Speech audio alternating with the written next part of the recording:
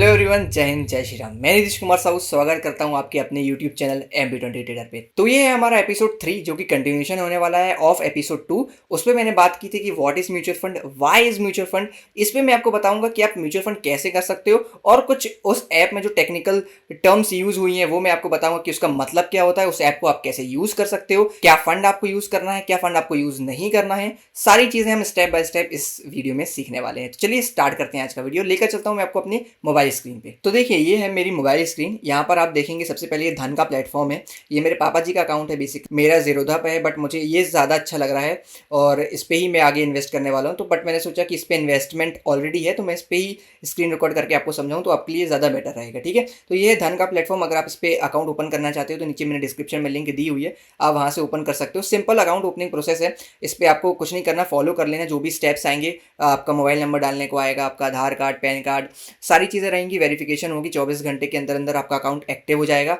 उसके बाद आपको कुछ इस टाइप का प्लेटफॉर्म दिखेगा। यहाँ पर आप देखोगे, सबसे पहले आप देखोगे ऊपर लिखा है योर पोर्टफोलियो समरी ऑन धन। ठीक है, यहाँ पर आपको पोर्टफोलियो की पूरी समरी दिखाएगा, चाहे वो आप स्टॉक्स में इन्वेस्ट करके रखे हो या आप म्यूचुअल फंड में इन्वेस्ट करके रखे हो। नीचे एक सेक्शन है हमारा invest trade on stock exchanges. First सबसे पहला जो सेक्शन है हमारा वो इक्विटीज का है। उसके राइट पे हमारा म्यूचुअल फंड है, इस पर हम क्लिक करेंगे। म्यूचुअल फंड पर आप क्लिक करोगे तो आपको यहाँ पर पूरा म्यूचुअल फंड का डैशबोर्ड आ जाएगा। सबसे पहले आपको यहाँ पर दिखेगा म्यूचुअल फंड पोर्टफोलियो। यहाँ पे जितना भी आपने इन्वेस्टमेंट करके रखी हुई है उस पर क्या प्रॉफिट चल रहा है और उस इन्वेस्टमेंट को मिला के और आपके प्रॉफिट को मिला के करंट वैल्यू क्या चल रही है वो यहाँ पर आपको देखने को मिलेगी। उसके नीचे आप चलोगे तो लिखा है invest in direct mutual funds. ठीक है, यहाँ पर आप different kinds of mutual funds schemes जो अवेलेबल हैं, जो फंड्स अवेलेबल हैं वो आपको दिखा रहा है। हाई रिटर्न्स में अगर आप क्लिक करोगे तो हाई रिटर्न्स में आपको ये पूरे म्यूचुअल फंड्स की लिस्ट आ जाएगी कि भाई जो सबसे ज़्यादा हाई रिटर्न्स प्रोवाइड कर रहे हैं वो म्यूचुअल फंड्स रहेंगे। तो सबसे पहले मैं आपको इसका ओवरव्यू दे देता हूँ, फिर इसके अंदर मैं आपको बताऊंगा कि क्या क्या चीज़ें हैं। ठीक है, इंडेक्स फंड में आपके इंडेक्स फंड्स होंगे, जैसे for example Nifty 50 fund, Nifty 500 fund, Nifty next 50 fund, bank Nifty fund. हमारा निफ्टी 50 फंड हो गया तो यहाँ पर उसमें इंडिया की टॉप 50 कंपनीज हैं। तो अगर निफ्टी 50 कोई फंड है उसमें इंडिया की टॉप 50 कंपनीज में इन्वेस्ट हो रहा है, मतलब निफ्टी 50 में इन्वेस्ट हो रहा है। ठीक है, तो नेक्स्ट है हमारा सेक्शन टॉप रेटेड स्कीम्स। यहाँ पे मॉर्निंग स्टार करके एक कंपनी है, बेसिकली आप समझिए, जो रेट करती है म्यूचुअल फंड्स को इन ऑल एस्पेक्ट्स। वो उनको रेट करती है कितना अच्छा रिटर्न दे रहे हैं, वो कितने ट्रस्टेबल हैं, बहुत सारी चीज़ों को दायरे में रख के उनको वो रेट करते हैं, 5 स्टार, 4 स्टार, 3 स्टार। तो उसके अंदर आपको वो सारे फंड्स मिल जाएंगे। नेक्स्ट है हमारा लिक्विड फंड।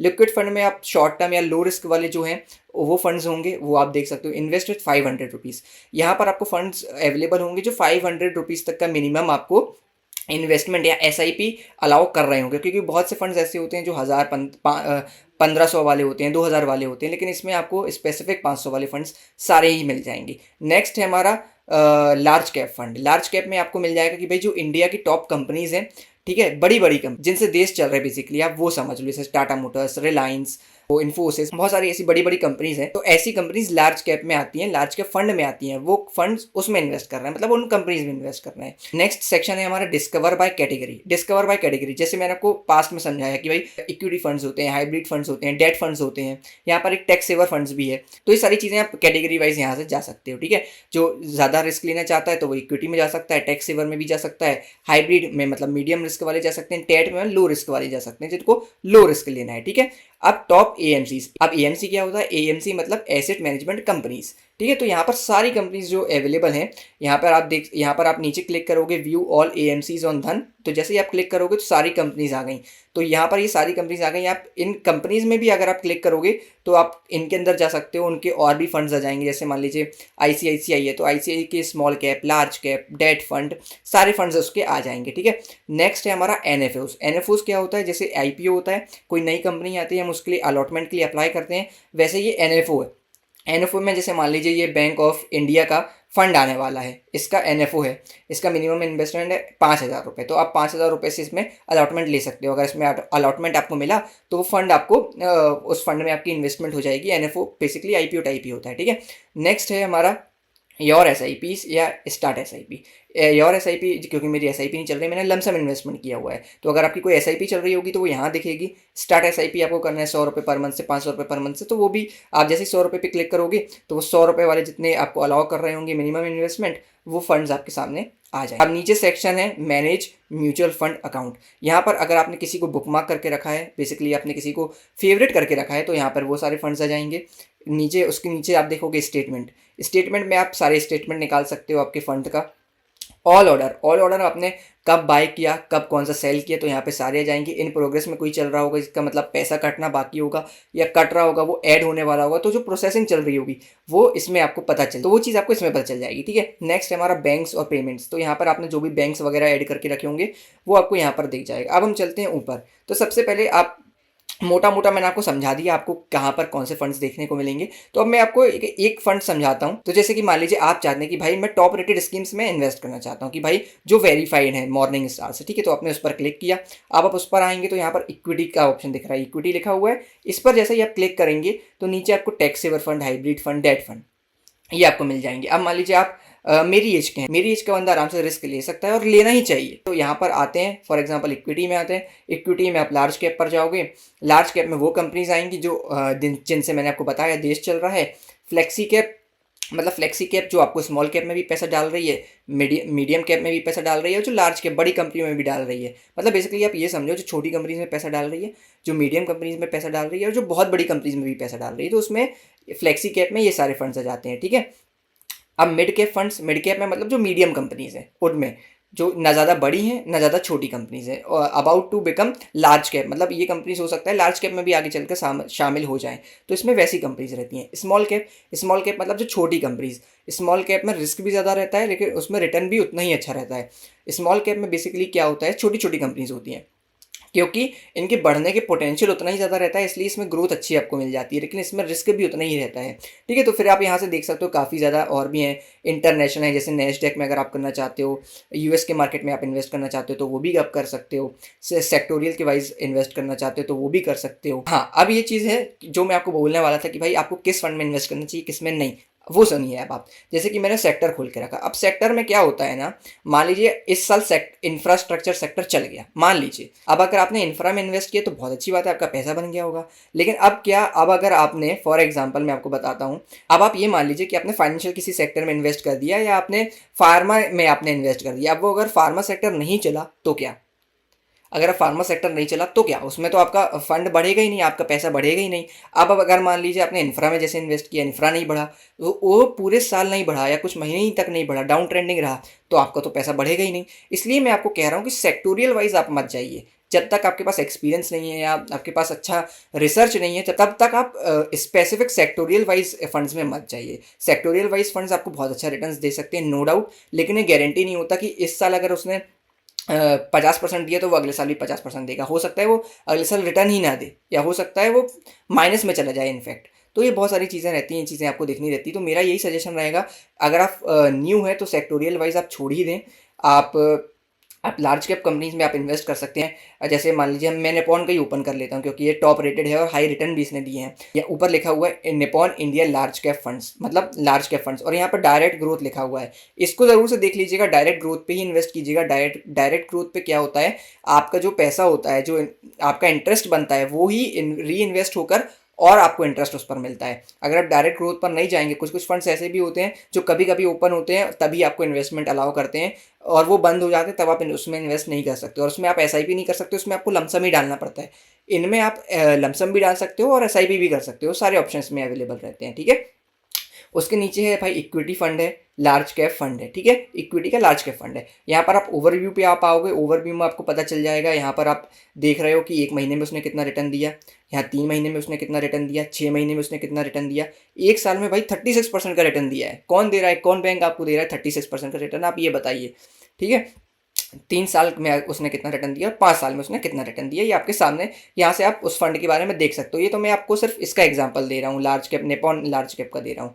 ठीक है, उसके नीचे है भाई, ये बता रहा है कि investors double their money in past 36 month, मतलब 3 साल में इन्वेस्टर्स ने अपना पैसा डबल कर लिया इसमें, वो ये बता रहा है। ठीक है, अब ये भाई मॉर्निंग स्टार से 5 स्टार रेटेड है। एनएवी मतलब net asset value. Net asset value क्या होती है कि भाई आपका एक यूनिट इसमें कितने का आएगा। जैसे कि मैंने आपको कहा पिछली वीडियो में आपको बताया था कि मान लीजिए एक यूनिट 10 रुपये का है, तो आप उसको आपको एक यूनिट मिलेगा। ये है जैसे 96 रुपीज़ का एक यूनिट है, 97 रुपीज़ का एक यूनिट है मान लीजिए, तो आपको एक यूनिट खरीदने के लिए 97 रुपीज़ पे देने पड़ेंगे, ये समझा रहा है। ठीक है, अब यहाँ पर इसके बाजू में ही ठीक राइट हैंड कॉर्नर पर लिखा हुआ है CAGR। CAGR क्या होता है, कंपाउंड एनुअल ग्रोथ रेट। मतलब इस ग्रोथ रेट से वो एनुअली बढ़ रहा है, मतलब एटलीस्ट एवरेज भी अगर आप करते हो तो 25% साल का वो दे ही रहा है। ठीक है, उसके नीचे आप चलोगे तो भाई फंड परफॉर्मेंस आपको दिखा देगा।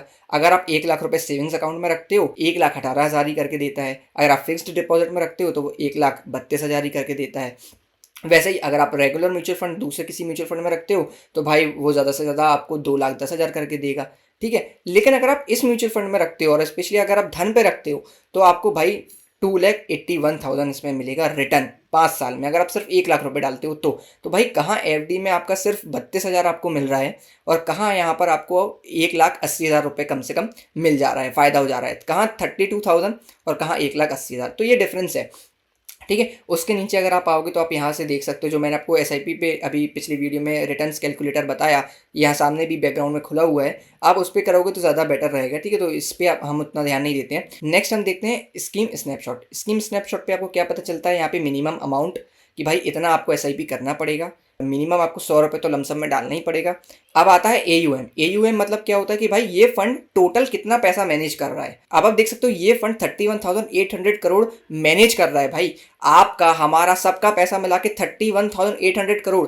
अभी कौन सी कंपनी नहीं खरीद सकता आप बताओ। ये एमआरएफ के भी कितने शेयर खरीद लेंगे वो अब आप कैलकुलेट लगा लो। ठीक है, एक्सपेंस रेशियो। एक्सपेंस रेशियो क्या बोला मैंने आपको पिछली वीडियो में बताया था कि भाई 0.5 से 0.9 तक ही रहता है ज़्यादातर, तो इसका एक्सपेंस रेशियो इतना है। ठीक है, प्लान ग्रोथ प्लान है, मतलब आपको इंटरेस्ट पे भी आपको इंटरेस्ट मिलेगा, कंपाउंड होगा बेसिकली आपका पैसा, वो है उसका मतलब। ठीक है, अब नीचे आपको दिखाता है कैश होल्डिंग, मतलब इतना ये कैश रिजर्व करके रखे हैं, मतलब 31,800 करोड़ में से इतना पैसा इनके पास पड़ा हुआ है, इतना इन्वेस्टेड नहीं है, आप एक प्रकार से ये समझिए। ठीक है, और बाकी चीज़ें हैं वो उतनी काम की आपकी नहीं है। एग्जिट लोड, एग्जिट लोड ये यहाँ पे आप ध्यान दीजिए, ये सारी चीज़ें आपको देखना ज़रूरी है, इसलिए मैं आपको बता रहा हूँ। देखो अब एग्जिट लोड इसमें क्या लिखा हुआ है, if redeemed or switched out on or before completion of 7 days from the date of allotment. मतलब जब इसमें आपको अलॉटमेंट मिल जाता है तब से आप अगर 7 दिन पहले या 7 दिन तक अगर आप इसमें पैसा वापस ले लेते हो तो आपको 1% एग्जिट लोड लगेगा। अगर 7 दिन के बाद आपको एग्जिट लोड भी नहीं लगेगा। ठीक है, अभी तक तो मैंने 1 साल वाले देखे थे, ये अब 7 दिन वाला भी आ गया, बहुत अच्छी बात है। शायद स्मॉल कैप में अगर आप करोगे तो वो 1 साल का लेते हैं टाइम पीरियड आपसे, लेकिन इसमें आपको 7 दिन का है। अगर आप 7 दिन से पहले निकालते हो तो आपको 1% एग्जिट लोड देना पड़ेगा। उसके बाद आप कभी भी निकालो कोई एग्जिट लोड आपको नहीं लगेगा, फिर आपको सिर्फ एक्सपेंस रेशियो के नाम पे कुछ पैसा आपका कटेगा, तो वो कटता है। ठीक है, स्टैम्प ड्यूटी कटती है, वो भी जब आपका 0.005% है, वो तो नेग्लिजिबल रहती है, वो भी जब आपको अलॉटमेंट होता है तब कटता है। ठीक है, नीचे आप आओगे तो 5 फंड मैनेजर्स देख सकते हो। अब भाई जैसे यहाँ पर हैं आशुतोष जी हैं, अक्षय जी हैं, अगर आप उन पर क्लिक करते हैं तो आप यहाँ पर देख सकते हैं कि वो कितने फंड्स मैनेज कर रहे हैं, उनका एक्सपीरियंस क्या है। ठीक है, वो कहाँ कहाँ पहले जॉब कर चुके हैं, वो क्या एजुकेशन है उनकी, तो सारी चीज़ें यहाँ पर आपको पता चल जाएगा। अब नेक्स्ट है हमारा एएमसी इन्फॉर्मेशन। अब मान लीजिए भाई ये निपॉन इंडिया है फॉर एग्जांपल। ठीक है, अभी निपॉन इंडिया के बारे में आपको जानना है कि भाई ये कितने एसेट्स मैनेज कर रहे हैं, कितनी इनकी स्कीम है। तो भाई स्कीम इनके पास 59 स्कीम्स है, ये इतना लाख करोड़ का ये अपना एसेट मैनेज कर रहे हैं, मतलब आपका हमारा पैसा पूरा मिला के इनके पास इतना पैसा आता है और अभी ये मैनेज कर रहे हैं, इनके पास अभी करेंटली है इतना पैसा, ये दिखा रहा है। ठीक है, यहाँ पर उनकी वेबसाइट है, उनका ट्विटर हैंडल है, उनका एड्रेस है, उनका फ़ोन नंबर है, आपको फ़ोन भी आप कर सकते हैं। यहाँ पे ये बहुत इंपॉर्टेंट है, रिस्कोमीटर। यहाँ से आपको पता चलेगा कि ये फंड कितना रिस्की है। यहाँ पे दिखा रहा है वेरी रिस्की, ग्रीन मतलब लो रिस्की है, ये ऑरेंज मतलब मॉडरेट हाई है, थोड़ा डार्क ऑरेंज मतलब हाई है और रेड मतलब वेरी हाई है। तो ये चीज़ें मैंने आपको बता दी, ओवरव्यू आपको दे दिया।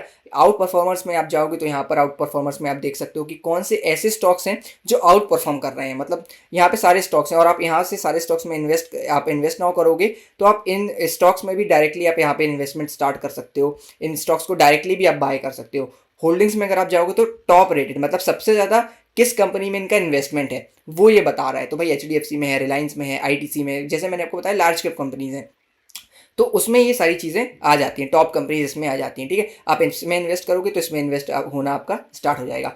फंड्स लाइक दिस में अगर आप क्लिक करते हो तो ऐसे ही लार्ज कैप टॉप फंड्स कौन कौन से हैं तो वो इसमें आपको लिस्ट में मिल जाएगी। ठीक है, अब हम इसको क्रॉस करते हैं। अब फॉर एग्जांपल जैसे मैंने आपको बताया थोड़ा सा अगर आप मॉडरेट रिस्क लेना चाहते हो तो मॉडरेट रिस्क ही होती है ये कहीं ना कहीं, बट हाई रिस्क की तो होता है कहीं ना कहीं अगर इक्विटी है तो। अब स्मॉल कैप वाले आप देखो, आप स्मॉल कहाँ लार्ज कैप में कितना आपको रिटर्न मिला है, लार्ज कैप में आपको 93% और यहाँ पे स्मॉल कैप में देखो आप 132%। स्मॉल कैप में जैसे मैंने आपको पहले भी बताया था कि ग्रोथ अपॉर्चुनिटी बहुत अच्छी रहती है और उतना ही हाई रिस्क भी होता है। ठीक है, तो इसमें भी आप सारी चीज़ें देख सकते हो कि आपने 1 साल में कितना रिटर्न दिया है, 50% दिया है, 3 साल में, 5 साल में कितना परसेंट रिटर्न दिया है, कितने सीएजीआर के हिसाब से दिया है, नेट एसेट वैल्यू उसकी क्या चल रही है, आप अगर इतना इन्वेस्ट किए होते तो कितना क्या चल रहा होता, सारी चीज़ें। फंड्स देखो भाई, इसमें 60,000 करोड़ इन्वेस्टेड है लोगों का, एक्सपेंस रेशियो इसका 0.64 है। अब देखो यहाँ पर देखो एग्जिट लोड 1% अगर आपने 1 साल से पहले निकाला तो मैंने आपको बताया था कि स्मॉल कैप में आपको 1 साल का लगता है टाइम पीरियड, 1 साल के बाद ही आप अगर एग्जिट करोगे तो ही आपको एग्जिट लोड नहीं देना है, उससे पहले अगर करते हो तो आपको एग्जिट लोड लगेगा। यहाँ पे आप फंड मैनेजर देख सकते हो, टोटल ये सब मैंने तो आपको दिखाई दिया, यहाँ पे वेरी हाई रिस्क की दिखा रहा है, ठीक है। अब आपको ये दिखाता हूँ कि भाई अगर आपको गवर्नमेंट कंपनीज में इन्वेस्ट करना है तो आप वो कैसे कर सकते हो। जैसे आपको यहाँ पे दिख रहा है 3rd नंबर पे लार्ज कैप में बैंक ऑफ बड़ौदा, ये एक सरकारी कंपनी है, आपको इस पर भरोसा होगा, अगर है तो बहुत अच्छी बात है, आप इसमें इन्वेस्ट कर सकते हो। इसमें आप जाकर देख सकते हो कि भाई क्या एक्सपेंस रेशियो है, क्या एग्जिट लोड है, ठीक है, कौन कौन से फंड मैनेजर्स हैं, इन पर उनका एक्सपीरियंस चेक कर सकते हो, क्या उन्होंने पढ़ाई की है, क्या जॉब कर रहे हैं, सारी चीज़ें यहाँ पे वेरी हाई रिस्क की है। जैसे कैनरा बैंक में आपको करना है, सरकारी बैंक है, इसमें आपको करना है, आप इसमें कर सकते हो, it's all up to you. अगर आपको एसबीआई देखना है तो भाई एसबीआई के फंड्स भी हैं, आप एसबीआई के फंड्स में भी आप देख सकते हो। फॉर एग्जांपल मैं आपको बता देता हूँ, एसबीआई आप यहाँ पर लिखोगे तो यहाँ पे एसबीआई के सारे फंड्स आ गए यहाँ पर। जैसे मान लीजिए इंफ्रास्ट्रक्चर फंड है, लेकिन आपको सेक्टोरियल वाइज में नहीं जाना। जैसे मान लीजिए एसबीआई का कॉन्ट्रा फंड है, एसबीआई पे बहुत लोगों का भरोसा है, सभी ज़्यादातर लोगों का बैंक अकाउंट उसी में होता है, तो आप अगर एसबीआई में इन्वेस्ट करना चाहते हो तो आप एसबीआई में इन्वेस्ट करना स्टार्ट कर सकते हो, ठीक है। इसमें आप देखोगे तो इसमें जैसे ये कॉन्ट्रा फंड है, कॉन्ट्रा मतलब कॉन्ट्रा बेसिकली क्या होता है वो मैं आपको समझाता हूँ। कॉन्ट्रा में क्या होता है ना, आपका इक्विटी में भी पैसा जाता है और डेट में भी जाता है। शायद एसबीआई कॉन्ट्रा फंड में 65% कुछ ये लोग इक्विटी में पैसा डालते हैं, और जो बाकी का बचा 35% है वो ये लोग डेट, गवर्नमेंट बॉन्ड्स, सिक्योरिटीज़, वहाँ पे पैसा डालते हैं, ठीक है। तो ये आपका एसबीआई हो गया। तो आपके पास सारे फंड्स हैं, आप इसमें से चूज़ कर सकते हो कि आपको कौन से फंड में इन्वेस्ट करना है। और मैंने आपको बता दिया क्या क्या चीज़ें आपको देखनी है और किन फंड्स में आपको नहीं जाना है, अगर आप बिगिनर हो स्पेशली तो। अब मैंने आपको लास्ट वीडियो में बताया था कि भाई एसआईपी कैलकुलेटर से आप कैलकुलेट कर सकते हो कि आप कितनी वेल्थ जनरेट कर सकते हो, ठीक है। हमारे राकेश झुंझुनवाला जी को आप क्यों जानते हो यार, क्यों जानते हो? क्योंकि उन्होंने इन्वेस्टमेंट की। वो फ्यूचर एंड ऑप्शन ट्रेडिंग करते हैं इसलिए नहीं जानते हो आप, ठीक है। वो कोई ट्रेडर है इसलिए नहीं जानते हो आप इसलिए जानते हो क्योंकि वो इन्वेस्टर हैं। तो आपको भी इन्वेस्टर बनना है। आप वेल्थ आपको इन्वेस्टिंग से ही बनती है, ट्रेडिंग से कभी वेल्थ नहीं बनती। ट्रेडिंग से आपको पैसा मिल सकता है फॉर इन्वेस्टिंग, लेकिन वेल्थ तो आपकी इन्वेस्टिंग से ही बनेगी। और जितने भी बड़े बड़े नाम आप देख लो, वॉरेन बफेट सर को आप देख लो, राकेश झुंझुनवाला जी थे, उनको देख लो, क्यों बने वो, क्यों आज आप उनका नाम जानते हो, वर्ल्ड पूरा उनका नाम जानता है, क्योंकि वो इन्वेस्टिंग उन्होंने की, धीरे धीरे उन्होंने पैसा बनाया। देखो यहाँ पे भी आपको समझा रहा हूँ, मान लीजिए अगर आप SIP ही करते हो 5-5 हज़ार रुपये की, हर महीने SIP करते हो, 23% आपको रिटर्न मिलता है। मैंने आपको दिखाया भाई, ठीक है। तो अगर 23% पर एनम भी आपको रिटर्न मिलता है, 40 साल तक अगर आप 5-5 हज़ार रुपये भी डालते हो अपनी सेविंग्स में, वो भी 40 साल तक इन्वेस्ट करोगे धीरे धीरे। आपको 24 लाख रुपए इकट्ठा नहीं डालना जैसे आप FD वगैरह में डालकर रखते हो, नहीं डालना है। आप कितना बना लोगे, अब मैं भी कैलकुलेट नहीं कर पा रहा हूँ उसको। तो भाई आपका कितना लग रहा है, आप कितना इन्वेस्ट कर रहे हो, 24 लाख, बन कितना रहा है, 240 करोड़। ये होती है भाई इन्वेस्टिंग की पावर, और ये रियल है, ये कोई फेक नहीं है। आप कर देखो, आप थोड़ा बहुत 1 साल में ही आपको पता चल जाएगा कि आप कितनी वेल्थ बना सकते हो। आप इसी में 1 साल का ही कैलकुलेट कर लो ना, आपको 1 साल में कितना परसेंट रिटर्न मिलेगा, 23%, ठीक है। आप 1 साल में देख लो, आप 1 साल में कितना इन्वेस्ट कर रहे हो, 60,000 रुपये मात्र इन्वेस्ट कर रहे हो 1 साल में, आपको रिटर्न मिलेगा 8,000 रुपये, ठीक है। लेकिन जब ये टाइम पीरियड बढ़ता है, जब कंपाउंडिंग बढ़ती है, यहाँ पर कंपाउंडिंग वर्क कर रही है, तभी आपको ये फिगर्स देखने मिल रहे हैं। आपको अजूबा लग रहा है ना ये, तो आइंस्टाइन जी ने तो यही कहा था कि ये अजूबा है कंपाउंडिंग, लेकिन ये रियल है। अमीर लोग ऐसे ही अमीर हो रहे हैं, और जो हम जैसे लोग हैं वो अमीर दिखने वाली चीज़ों में पैसा लगाते हैं, ठीक है। आप बहुत से लोग बोलेंगे भाई तेरे पास तो मैक है, तू भी तो कर रहा है, लेकिन भाई मेरे लिए ये एसेट है, मेरे लिए लाइबिलिटी नहीं है, समझो आप ये चीज़ को, ठीक है। मैं इसमें ट्रेडिंग करता हूँ, मैं इसमें आपके लोगों के लिए वीडियो बना रहा हूँ, कल को चलकर ये मेरा एसेट होगा, यूट्यूब मेरा एसेट होगा। तो मैं अगर इसमें इन्वेस्ट कर रहा हूँ तो ये मेरा एसेट है, ये मेरी लाइबिलिटी नहीं है। ना मैं दिखाने के लिए किसी को लिया हूँ ये चीज़, मुझे पता है इससे मेरे कितने काम आसान होते हैं, तो मैंने लिया है, और ये मेरे लिए एसेट है। तो आपको अपने लिए एसेट्स बनाने पड़ते हैं। लाइबिलिटीज़ आप अपनी खुद की बनाते हो, एसेट आप खुद बनाते हो, समझ रहे हो। तो बाकी चीज़ें मैं आपको धीरे धीरे इसमें क्लियर करता रहूँगा कि क्यों EMI में ही सारी चीज़ें लेना आपके लिए प्रॉफिटेबल होता है हमेशा।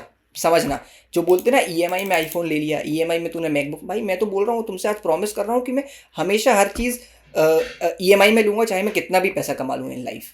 क्योंकि मैं जानता हूँ अगर ये मैकबुक 1,10,000 रुपये का है, मुझे पता है मैंने 1,10,000 रुपये डायरेक्टली पूरा 1,10,000 रुपये नहीं दिया उनको, शॉप वाले को 1,10,000 रुपये था, मैं 4-4 5-5 हज़ार रुपये करके दे रहा हूँ।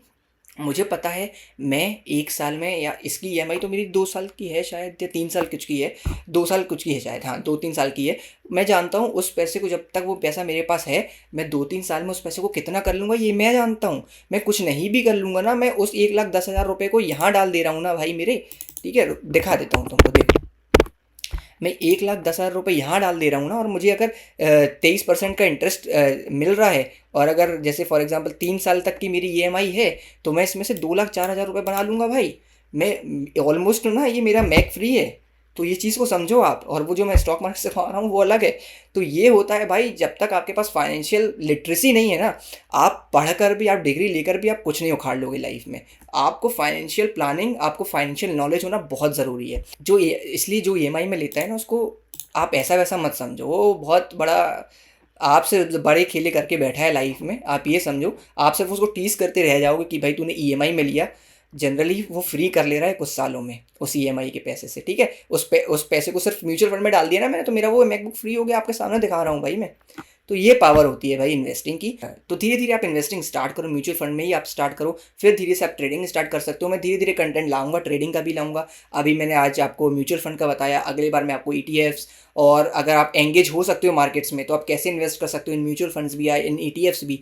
तो बहुत सारी चीज़ें मैं आपको ट्रेडिंग के भी कंटेंट लाने वाला हूँ। तो इस चैनल को सब्सक्राइब कर लो, बेल नोटिफिकेशन दबा लो, और अगर आपने हमको इंस्टाग्राम पे फॉलो नहीं किया तो आप इंस्टाग्राम पे भी फॉलो कर लीजिए, टेलीग्राम पे भी हमारा चैनल आप ज्वाइन कर लीजिए। कोई भी आपको डाउट होता है तो नीचे कमेंट सेक्शन में आप मुझसे पूछ सकते हो, मैं आपकी बिल्कुल हेल्प करूँगा। तो चलिए, होप्स आपको ये वीडियो अच्छा लगा हो, कुछ इन्फॉर्मेटिव, कुछ नई चीज़ मैं आपको सिखा पाया हूँ। अगर आपको पसंद आया हो तो लाइक कर देना यार, कमेंट कर देना, और सब्सक्राइब तो कर ही लेना। मिलते हैं नेक्स्ट वीडियो में। Till then take care, bye bye, जय हिंद, जय श्री राम।